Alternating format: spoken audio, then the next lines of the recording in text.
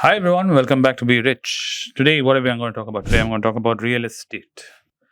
Yes, the topic which me and Anand have always been putting down, and we've been telling you guys, no, no, no, don't do real estate. No, no, no. In the real estate is dead in India, and yes, all that is true. And just because me and Anand think real estate is dead in India, and there's no hope in making real estate an investment right now in India. There's lots of you who are much younger to me and Anand who are very keen on having home ownership. I can understand that and I can relate to that. So today I'm not going to talk about real estate as an investment class. I'm just going to talk about real estate if something you're very keen on doing.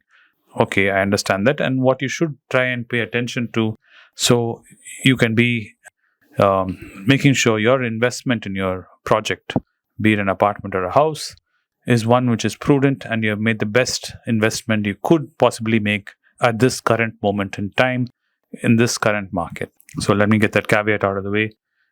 I'm not saying yay real estate. I can understand that some of you do have a desire to own a home. So without wasting much time, first thing you just do is educate yourself in the real estate market. Learn the different types of residential properties which are available. You have independent houses, you have villas, and you have townhouses. And everybody's favorite is apartments. Understand the nuances of residential real estate, including the maintenance cost, societal fees, and the amenities. Each one has a different kind of aspect to it. An apartment in a large block with 30, 40 plus has a different kind of a system in it. If you're buying a small apartment where there are only 3 or 4 apartments in that building, it has a different system. So, understanding this, how it works, how the association works, is very important. And since you're starting to go shopping, it is kind of good to have an idea on what is palatable to you. Some people don't mind being part of a large association. Some people avoid small associations because there's far more politics in a small association, it could be toxic. And these are things to keep in mind. Another thing is maintenance cost. A lot of people don't factor this in. Owning a property, there is not only property government costs such as water tax, property tax, all that is there, yes. But aside from that, there's maintenance cost involved. Maintaining an apartment is important, like having a car. I want you guys to remember this. When you factor in buying an apartment, do think about having your apartment. Imagine having your apartment painted once in 2 years, having the plumbings looked at once in 5 years. So these kind of projections and having in mind, especially when you're buying a second-hand flat, is critical. So these are the kind of things I want you to start thinking about even before you think about buying a flat or buying a villa or buying a house or buying a property. What are you signing on board for? It's like when a lot of people say when they want to become a parent, I always advise them to first go meet some friends of theirs or relatives of them who already have become parents and spend some time with them to kind of understand how it is to be a parent. Same way, I would strongly advise you, if you're deciding to buy a house, sit down with people who already own apartments. I'm sure there are lots of your friends and family members who own apartments. Initially, they'll be like, yes, yes, it's wonderful. It's beautiful to own a house. Once that initial euphoria is over, get further into the conversation. Have a list of questions, like what I said. Deep dive into them. Ask them, how is it? How is the taxes? How is the water tax, property tax, maintenance, association? What do they regret about buying their house? What do they feel happy about buying their house? Which area which you're looking at buying? Do you know anyone in that area? Talk to people in that area and find out how is it to live in that area. Because when you make this kind of an investment, I would strongly suggest you look at it upon as a life investment or not something buying and trading, because this current market is not ripe for buying and flipping a house and selling it for profit. That market right now is not existing in India. It's non-existent in India. You cannot buy a flat and hold it for 5 years and flip it and sell it for a profit of 30-40%. That's not going to happen right now. So if you're buying it, it's definitely, I'm thinking you're going to buy it as a permanent dwelling for yourself. And different neighborhoods have different trends. Some, even from street to street, it's different. So when you're looking at a street or looking at an area, please log on to the government website. Like in Chennai, you can log on and go see the government guideline values, and you can kind of get a rough idea on what is the registration cost, what is the expected price, So you have some kind of an idea when you enter the market to find out what you're looking at in terms of price and budget, or what you will get for your price and budget. And what are your investment goals in terms of a residential property? Like I said, in right now in India, you cannot buy it and flip it. Some people think of it as a rental income. I'll buy it and rent it out. That is also currently not viable in India right now because the real estate market is so overheated. Whatever you buy, unless you're buying it outright with cash, if you're fortunate enough to have some kind of cash like that, you're buying a second house with full upfront cash, yes, then you can look at the rental yield. Some people look at that. They have 3-4 apartments. They have rental income coming from these 3-4 apartments, and they build their life around that. Well, that is their security and that's their investment class. There's nothing wrong in it. I'm not a great believer in it in terms of quality of investment, but it does work. People do own 3-4 apartments, and they get substantial rent from these 3-4 apartments, and they can live quite a comfortable life. Some people do that. So the rental income, you can look at it. If you're looking at it, taking it as a loan and then paying the loan from the rental income, you'll end up holding a short straw because the EMI will be far larger than any rental income you will get for any property. Even if you're buying a 5 crore property and you're going to get, let's say, 1.5 lakhs rent or 2 lakh rent, your EMI will be somewhere way, way beyond that. So keep that in mind if you're thinking of that strategy.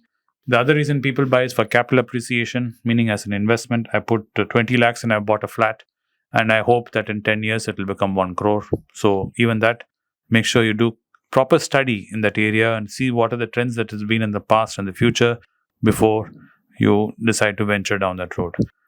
And another thing you should always keep in mind when you're looking at residential property is proximity to the services you require. If you have aged parents, make sure hospitals are close by. Whatever medical facilities you need are close by. Schools, if you have children. And it always makes sense if you are going to buy, let's say in a city like Bangalore, buying a place close to your work. There's no point buying a property which is on the other side of town in Bangalore, and you have to commute every day for 2-3 hours to get to your office, and then you have to head back another couple of hours to get back home. That doesn't make any sense. Yes, initially you'll think, yes, I made an investment, but you'll be so miserable. By the first year, you'll probably rent that place out and you'll be renting another place close to your office. And I've seen that happen a number of times. So do think about location in terms of schools, hospitals, and your place of work. Another thing is I always suggest is you get a professional property assessor. I know a lot of people don't do this in India much.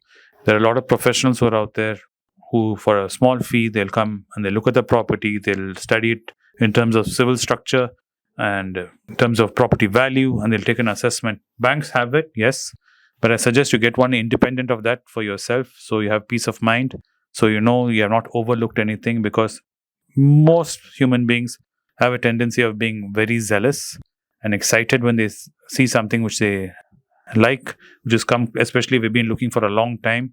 Something close comes to what you've been looking for, you'll want to just grab it. That's why it's better to have an evaluator look at it and give you an unbiased report, after which it's up to you if you want to go ahead with it or not. And there's another aspect is if you're buying a brand new property, is vet the builders. We have seen lots of news in Chennai and around India where builders have built properties and within a year or two they're crumbling and they're falling apart. And we're hearing a lot of horror stories.